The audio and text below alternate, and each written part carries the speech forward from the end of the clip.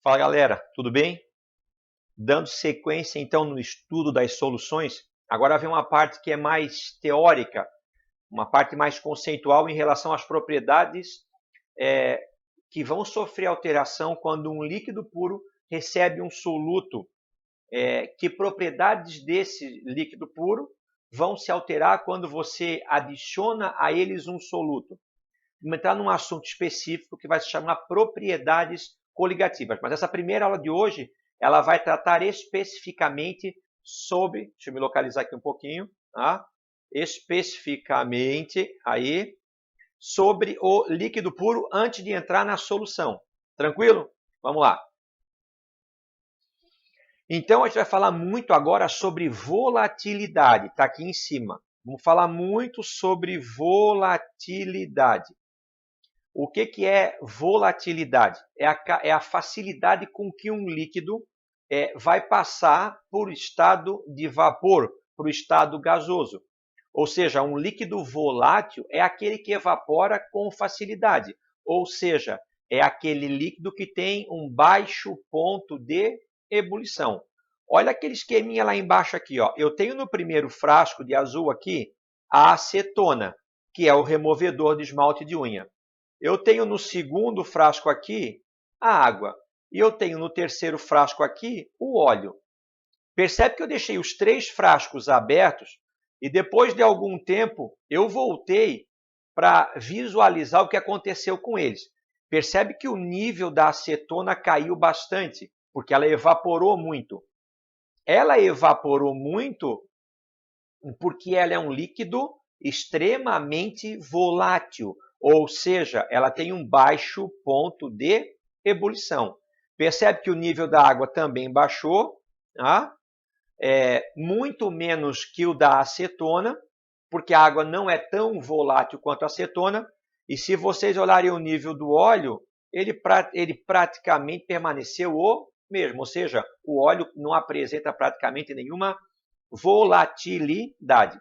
Ou seja, essa volatilidade, que é essa capacidade que a molécula tem de escapar do líquido e ir para o estado gasoso, ela vai depender basicamente da interação entre as moléculas.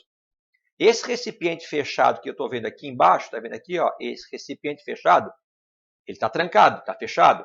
Ele está preenchido por gotículas de água no interior dele.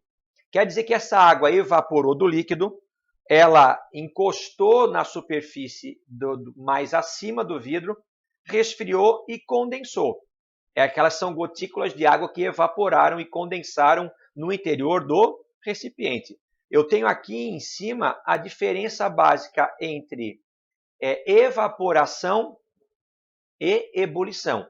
A evaporação, percebe que ela só acontece com as moléculas da superfície. A ebulição ela já vai acontecer com todas as moléculas do interior do líquido. De qualquer maneira, vocês vão lembrar que para que a molécula passe do líquido para o gasoso, eu tenho que romper as forças intermoleculares. Ou seja, quanto mais as moléculas se atraírem, mais difícil é a passagem do estado líquido para o gasoso. Quanto mais as moléculas se atraírem, menos volátil vai ser o líquido. Quanto mais as moléculas se atraírem, maior vai ser o ponto de ebulição. Fechou? Primeiro conceito, volatilidade, que nada mais é do que a facilidade com que o líquido tem de passar para o estado de vapor ou gasoso. Aqui a piadinha que a professora Nathalie, piadinha à la Castelo, que ainda não conhece o Castelo, que não é aluno do Castelo. O Castelo ele é o rei do colégio unificado com esse tipo de piadinha. Olha lá. Qual é o contrário de volátil? Vem cá, sobrinho. Ai, meu Deus do céu. Essas tirinhas também da apostila são de matar a gente. Volátil, vem cá, sobrinho. Segue o barco. Faz de conta que eu nem falei isso. O que é pressão de vapor de um líquido? Ela já foi chamada de pressão máxima de vapor. A gente hoje abreviou ela para apenas pressão de vapor. A mesma situação que eu havia demonstrado antes, está vendo? Eu tinha a acetona, eu tinha a água e eu tinha o óleo. Vou usar como exemplo a acetona. A gente havia visto que ela é o líquido que mais evapora. Pensa, ela está evaporando e aí aqui no interior do recipiente está acumulando o vapor dela. Esse vapor vai exercer uma pressão sobre esse medidor e ele vai marcar a pressão que o vapor está causando em função de ter evaporado do líquido. A gente tem que lembrar que assim, ó, o líquido ele começa a evaporar e começa a acumular o vapor dele no interior do frasco. Mas do mesmo jeito que a molécula escapa do líquido, ela não tem como escapar porque está fechado. Ela volta a entrar em contato com o líquido novamente.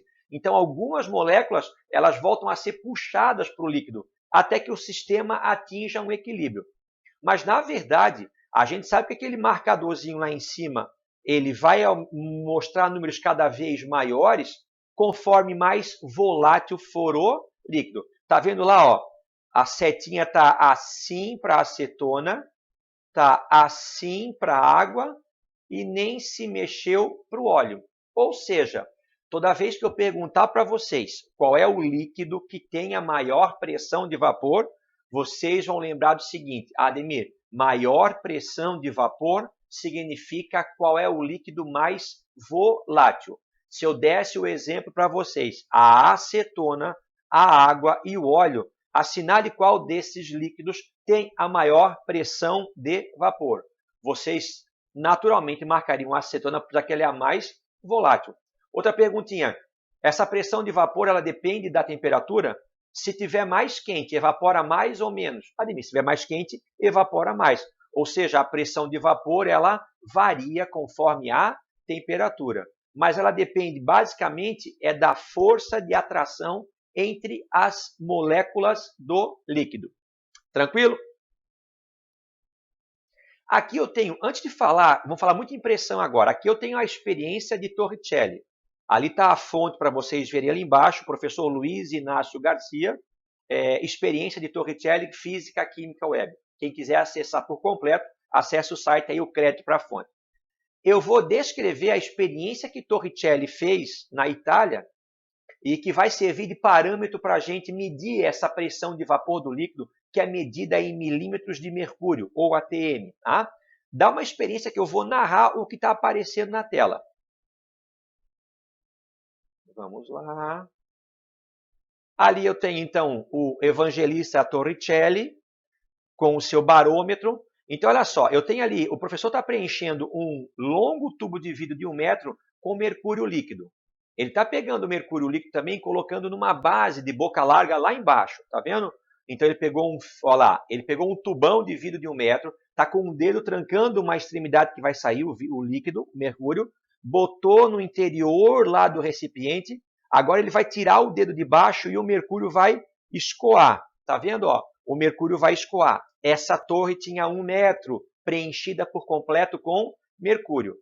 Percebe que o mercúrio não escoou por completo, ele parou naquela altura ali, ó. E eu ainda tenho para cima dessa altura o tanto de mercúrio que acabou escoando. Entenderam? Esse é o experimento de Torricelli. Aí o Torricelli foi lá e pegou uma régua e mediu qual era o tamanho dessa coluna de mercúrio. Olha lá, ele pegou a régua e mediu qual era o tamanho dessa coluna. Tinha 1 metro e ela escoou, restando naquela demonstração ali, olha lá, vamos aproximar a imagem agora, restou 74,5 centímetros, ou seja, 745 milímetros de mercúrio. No experimento de Torricelli, o valor que ele encontrou foi uma coluna de 76 centímetros ao nível do mar, que corresponde a 760 milímetros de mercúrio. Esse valor ficou conhecido como a pressão de uma atmosfera, de um ATM. Se ao invés do mercúrio a gente usasse a água, a coluna teria 9 metros, já que a água é 14 vezes menos densa do que o mercúrio. Entenderam?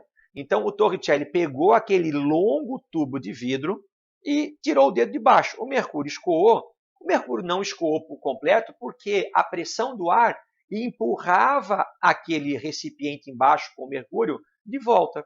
Então ele confirmou o quê? Ele mediu e com um barômetro, aparelho que mede a pressão, que ao nível do mar, um experimento similar ao dele daria uma coluna de mercúrio de 76 centímetros, que equivale a 760 milímetros.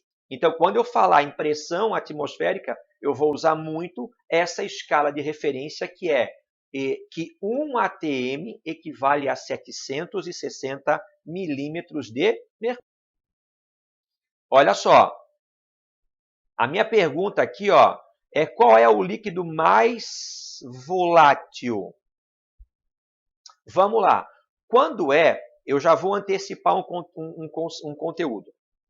Todo líquido ferve quando a sua pressão de vapor fica igual à sua pressão externa exercida sobre o líquido. Tranquilo?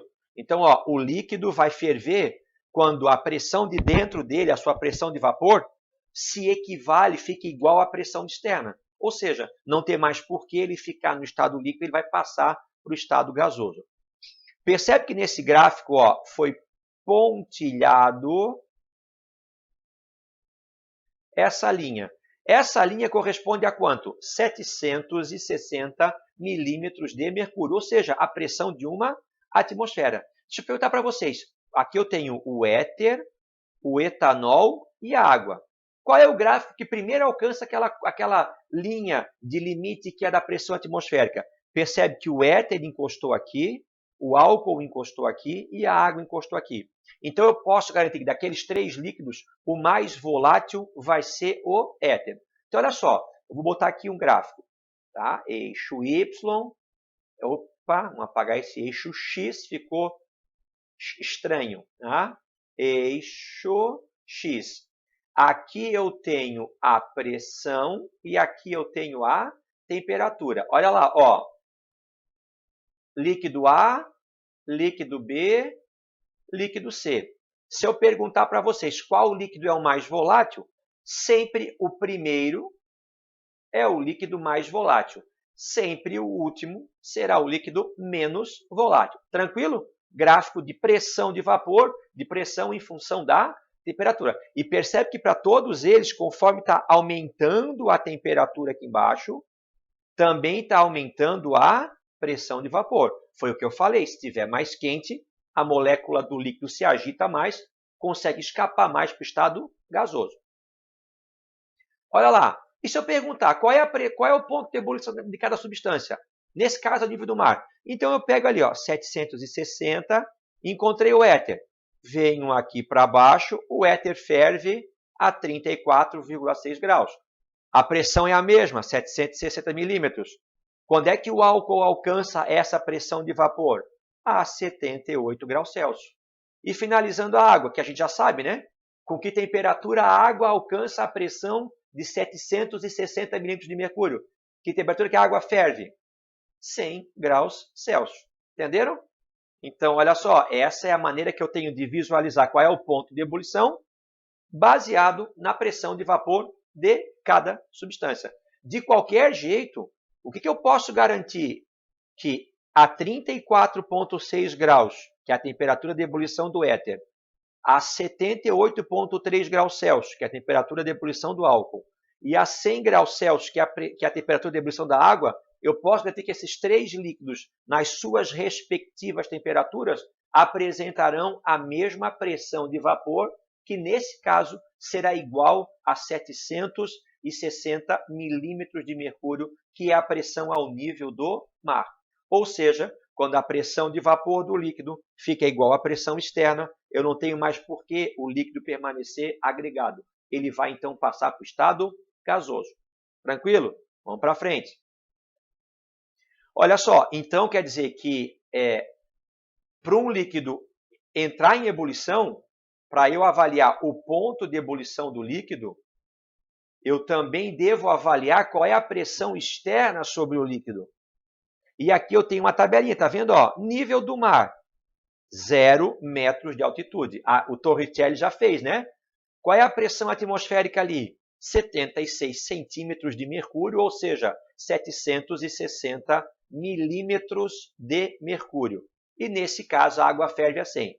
Percebe que conforme você vai indo, aumentando a altitude, percebe que a pressão atmosférica ela vai diminuindo. Claro, olha aqui. Compara o tamanho dessa seta aqui, ó.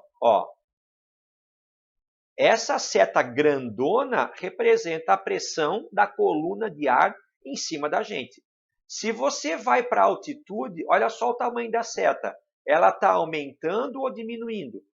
Ela está diminuindo. Quanto mais alto eu tiver, menor é a quantidade de ar que eu tenho sobre a minha cabeça. Então, menor será a pressão atmosférica. Se eu tenho menor pressão atmosférica, eu tenho menos força segurando as moléculas do líquido. Consequentemente, ele vai conseguir escapar mais fácil para o estado gasoso. Percebe que ao nível do mar, todo mundo sabe que a água ferve a quanto? A 100 graus. Olha lá, a 9.000 metros de altitude, a água não ferve mais a 100. Ela ferve a 70 graus Celsius. O Monte Everest é 8.800, 8.900 metros de altitude. Lá a água ferve em torno de 76 graus Celsius. Ela borbulha igual, ela faz as bolhas, ela fica borbulhando, só que se você colocar a mão lá dentro, ela não está a 100 graus, está a 76. Se você for mais para cima, quanto mais altitude você for, menor é a pressão atmosférica, ou seja, menor é o ponto de ebulição. Dá para a água ferver a 10 graus Celsius? Dá, desde que a pressão externa sobre ela seja significativamente pequena. Então, o ponto de ebulição de um líquido varia conforme a pressão externa exercida sobre ele. Quanto mais alto eu estiver, menor é o ponto de ebulição.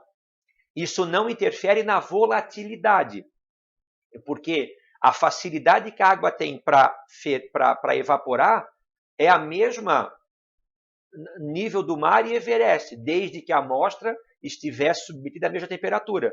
Então, a volatilidade tem a ver com as forças intermoleculares. Aqui o ponto de ebulição se alterou é pela mudança na pressão externa exercida sobre o líquido. E na panela de vapor, o nome já diz tudo, tá vendo aqui, ó? Eu tenho batatas, potatoes, lá dentro da panela. E a água está fervendo. Está lacrada a panela? Então, o vapor não consegue escapar. Ele volta e começa a apertar a superfície do líquido. Então, olha só, aqui está a panela, tá? Ó, eu fiz aqui. Aqui está a água. Aqui embaixo está a água. Essa água quer ferver. Ela quer fazer o quê? As moléculas de água, elas querem escapar do líquido. Mas em cima delas está cheio de vapor, apertando elas para baixo de volta. Ou seja, a pressão externa, não externa na panela, que aqui fora eu tenho a pressão atmosférica. Tá? É a pressão externa dentro da panela. Ou seja, o acúmulo de vapores ali dentro comprimiu essa superfície do líquido, dificultando com que a molécula escapasse do interior do líquido. Dessa maneira, o ponto de ebulição da água dentro da panela vai ser maior do que 100 graus Celsius. É o caminho contrário à altitude. Na altitude, a pressão abaixa e o ponto de ebulição também abaixa. Dentro da panela de pressão, a pressão aumenta e o ponto de ebulição também aumenta com ela. Fechou? E daí eu tenho esse diagrama de fase, tá vendo? Ó, aqui eu tenho um gráfico que relaciona a pressão com a temperatura. A gente acabou de dizer que um líquido, uma substância, ela pode mudar de estado físico não simplesmente mexendo apenas na temperatura. Você pode mexer também na pressão. Então, olha só, eu tenho a substância aqui, ó, no ponto A. Qual é o estado físico dela? Ela é sólida. Então, eu vou começar aqui embaixo a aumentar a temperatura. Lá vem, lá vem, lá vem, lá vem, lá vem. Opa! Essa primeira diferença, essa barreira ali, corresponde à passagem do sólido para o líquido. Então, corresponde a uma curva de fusão. Rompeu a fusão, ela virou líquida. Eu continuo aqui a aquecer. Eu vou aquecendo, vou aquecendo. Aqui eu tenho a curva de vaporização. E aí ela passa do líquido para o vapor. Olha que legal. Aqui eu tenho o ponto, peraí. Aqui, ó, no encontro das três curvas, eu tenho uma pressão específica e uma temperatura específica na qual podem coexistir os três estados físicos ao mesmo tempo. Eu posso ter o gelo derretendo, a água fervendo, o gelo sublimando para vapor, a água solidificando. Ou seja, existe uma temperatura experimental e teórica e uma pressão na qual a gente pode ter todas as mudanças acontecendo entre si. Esse é o chamado ponto triplo ou ponto tríplice. Esse é o chamado diagrama de fases. Mostra o comportamento das diferentes substâncias nos seus três estados físicos e nas suas mudanças. Tranquilo? Vamos fazer algum exercício aqui. Então, olha só. Primeiro esse exercício, desculpa, eu acabei cortando ali. Tá? Então, esse aqui é um diagrama de fases que a gente acabou de comentar. Sempre primeiro eu tenho aqui o quê? Sólido. Depois eu tenho aqui o quê? Líquido. E no final eu tenho o gasoso. Olha lá. O que o número 1 representa? O número 1 representa a passagem do sólido para o líquido, ou seja, fusão. O que o número 2 representa? O número 2 representa a passagem do líquido para o gasoso, então representa ebulição. O que o número 3 representa? O 3 é a passagem do sólido primeiro para o líquido e depois do líquido para o gasoso. Então, no 3, aqui aconteceu uma mudança e aqui aconteceu outra mudança. Então, a passagem 3, ela primeiro fundiu e depois ela entrou em ebulição. E a passagem número 4, ela é a passagem direto do sólido para o gasoso, que eu chamo de sublimação. Pergunta: nesse diagrama, a transformação denominada como sublimação está corretamente representada pela seta número 4. Tranquilo? Olha o número 3 ali em cima. O diagrama de fases abaixo corresponde ao fluoreto de urânio 6, UF6, Ultimate Fight Championships. Ultimate Fight Championship. UF6. Essa é a única molécula que luta, esqueci de dizer, né? É a UF6. É a única molécula que é boa de porrada na química. Formado de uma das etapas do processamento mineral do U3O2, chamado de yellow cake, para o enriquecimento do urânio. A partir do diagrama apresentado, pode determinar que o ponto de ebulição a 10 atm vale quanto? Esse meu gráfico, no eixo Y, eu tenho os valores de pressão. No eixo X, eu tenho os valores de temperatura. Ele quer saber qual é o ponto de ebulição a 10 atm. Então, eu faço o quê? Vou no meu gráfico e vejo 10 atm. Olha lá, viu a retinha passando lá? Quando ela bateu no gráfico, olha para baixo, que temperatura que você enxerga lá? A 10 atm, o ponto de ebulição será de 140 graus Celsius. Lembra que o que é ebulição? É a passagem do líquido para o gasoso. É romper essa barreira aqui. Então, a temperatura que eu preciso será de 140 graus Celsius. Tranquilo? Vamos lá. A pressão de vapor de um líquido é a indicação da velocidade com que suas moléculas vencem as forças de atração que as mantêm unidas e passam para o estado gasoso. Eu falei, né? Conforme elas conseguem escapar do líquido, vencer a força de atração, elas vão passar a mudar de estado físico. Paraná, vamos lá que a gente precisa do tempo, está passando o tempo aqui. Em uma cozinha, faz-se uso da panela de pressão. Analisando o gráfico, considerando a pressão de 1.520 milímetros de mercúrio. Só que esse gráfico aqui, ele é o quê? Ele é em ATM. Quanto que vale um ATM? 760 milímetros de mercúrio. Então, eu vou pegar 1.520 e vou dividir por